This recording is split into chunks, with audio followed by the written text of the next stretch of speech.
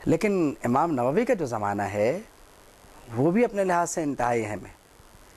امام نووی نے جو شرح مسلم کی ہے وہ بھی بڑے کمال کی ہے, اور وہ باتیں اپنی شرح میں انہوں نے کی ہیں جو انتہائی اہم ہیں اور انتہائی نایاب ہیں. لیکن یہ جو کتاب ہے ریاض الصالحین, یہ ایسی کتاب ہے کہ گھر میں ضرور رکھنا بھی چاہیے اور بچوں کو پڑھانا بھی چاہیے, کیونکہ بنیادی آداب ہیں. اب یہ حدیث شریف کہ من کان یؤمن باللہ والیوم الآخر, جو اللہ پر اور روز آخرت پر ایمان رکھتا ہو, یا ایمان رکھتا ہے, جو بھی آپ ترجمہ کر لیں, اسے چاہیے فلیقل خیرن, اسے چاہیے کہ وہ اچھی بات کرے. اگلا جملہ ہے او لیسمت, یا چپ رہے. تو معلوم یہ ہوا کہ گفتگو کی ممانعت تو نہیں ہے, ٹھیک, گفتگو کی ممانعت نہیں ہے, مگر شرط یہ ہے کہ اچھی بات کرنا آتی ہو. اب اچھی بات کرنا آتی ہو تو بات کرے, ورنہ چپ رہے. تو معلوم یہ ہوا کہ پہلی ممانعت تو اس کے لیے ہے جسے بات کرنا نہیں آتی, یعنی وہ چپ رہے تو بہتر ہے, کیونکہ اس طرح کے چپ سے ہزار عیب ہیں جو ڈھکے رہتے ہیں.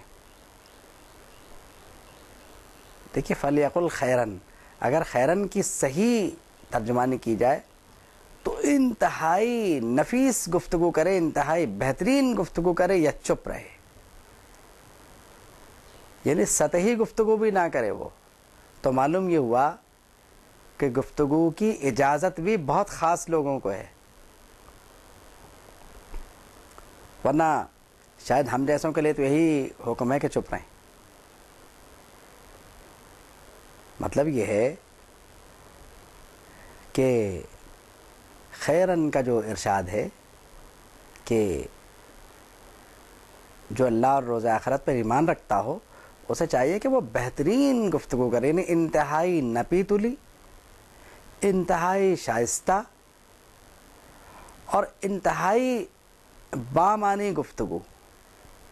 اور ایسی گفتگو نہیں کہ جس کے کئی معنی لیے جا سکتے ہوں, کیونکہ اس میں خطرہ یہ ہے کہ کسی کی دل آزاری ہو سکتی ہے. چنانچہ ایسی گفتگو نہ کریں, بلکہ ایسی گفتگو کریں کہ جس میں دل آزاری کا پہلو موجود نہ ہو. اب یہ تو اپنی جگہ پر ہے. عام طور پر دیکھا یہ گیا ہے کہ ہم اپنی گفتگو میں کسی بھی شخص کی عیب بیان کرنے کو یہ سمجھتے ہیں کہ شاید ہم نے کامیابی حاصل کر لی اور اب اس کی اصلاح ہو جائے گی. تو ایسا ممکن نہیں ہوتا, یہ ہو سکتا ہے کہ وہ اور بگڑ جائے. اچھا, اللہ رب العالمین عیب چھپانے کو پسند فرماتا ہے, آپ عیب بیان کر رہے ہیں بیٹھ کر. یعنی یہاں تک ارشاد ہے من سترہ مسلمن سترہ اللہ یوم القیامہ, جس نے کسی مسلمان کا عیب چھپایا اللہ قیامت کو اس کا عیب چھپائے گا. تو بشارت تو یہ ہے. آپ نے یہ کیوں سمجھ لیا کہ آپ کسی کا عیب بیان کریں گے تو اس کی اصلاح ہو جائے گی؟ میں آپ کو ایک بات بتاؤں کہ اولیاء کرام کے لوگ اس لیے قریب نہیں ہیں کہ وہ عیب بیان کیا کرتے تھے, بلکہ وہ اس وجہ سے مرکز نظر بن گئے ہیں کہ ان کا طریقہ اصلاح بڑا کمال کا تھا کہ عیب بھی بیان ہو جاتا تھا اور جس میں وہ عیب ہے اسے پتہ بھی نہیں چلتا تھا. اب جب پتہ ہی نہیں چلے گا تو دل آزاری کس کی ہوگی وہاں پہ؟ اصل میں گفتگو کرنے کے بھی ہزار پہلو ہیں. دیکھیے بات یہ ہے کہ حدیث شریف میں جو ارشاد ہے کہ مسلمان وہ ہے جس کی زبان اور ہاتھ سے دوسرا مسلمان محفوظ رہے. تو زبان سے آپ فائر نہیں کرتے ہیں، گولیاں نہیں چلاتے ہیں اس سے آپ، لیکن اس سے جو الفاظ آپ ادا کرتے ہیں وہ گولی سے زیادہ سخت ہو جاتے ہیں جا کے. یعنی کبھی آپ اگر نوٹ کریں تو وہ الفاظ گولیوں سے زیادہ شدت رکھتے ہیں. گولیوں کا مسئلہ تو یہ چلیے زخم بھر جائے گا، جو بھی ہوگا گولی نکل آئے گی، لیکن آپ کا جو لفظ اس کے جسم میں پیوست ہوا جا کر وہ کہاں سے نکلے گا؟ پھر آپ ہزار عذر ہزار بہانے ڈھونڈتے رہیے. یہی ایک زخم ایسا ہے کہ جو کبھی نہیں نکلتا، یعنی زبان کا زخم وہ کبھی بھرتا نہیں ہے. تو زبان کے استعمال سے اسی لیے ارشاد فرمایا گیا کہ جس کے زبان اور ہاتھ سے لوگ محفوظ ہوں وہی مسلمان ہے. اور غالباً اسی لیے ارشاد فرمایا گیا کہ جو اللہ اور آخرت پر ایمان رکھتا ہو. دیکھیے آپ حدیث کے جملوں کی شدت پہ غور کیجئے. جو اللہ اور روز آخرت پر ایمان رکھتا ہو اسے چاہیے کہ وہ اچھی بات کرے. یعنی اس کا مطلب کہ بری بات سے منع فرمایا گیا، پہلی بات تو یہ، اور اس کو وابستہ فرمایا گیا ایمان کے ساتھ. اس کا مطلب یہ ہوا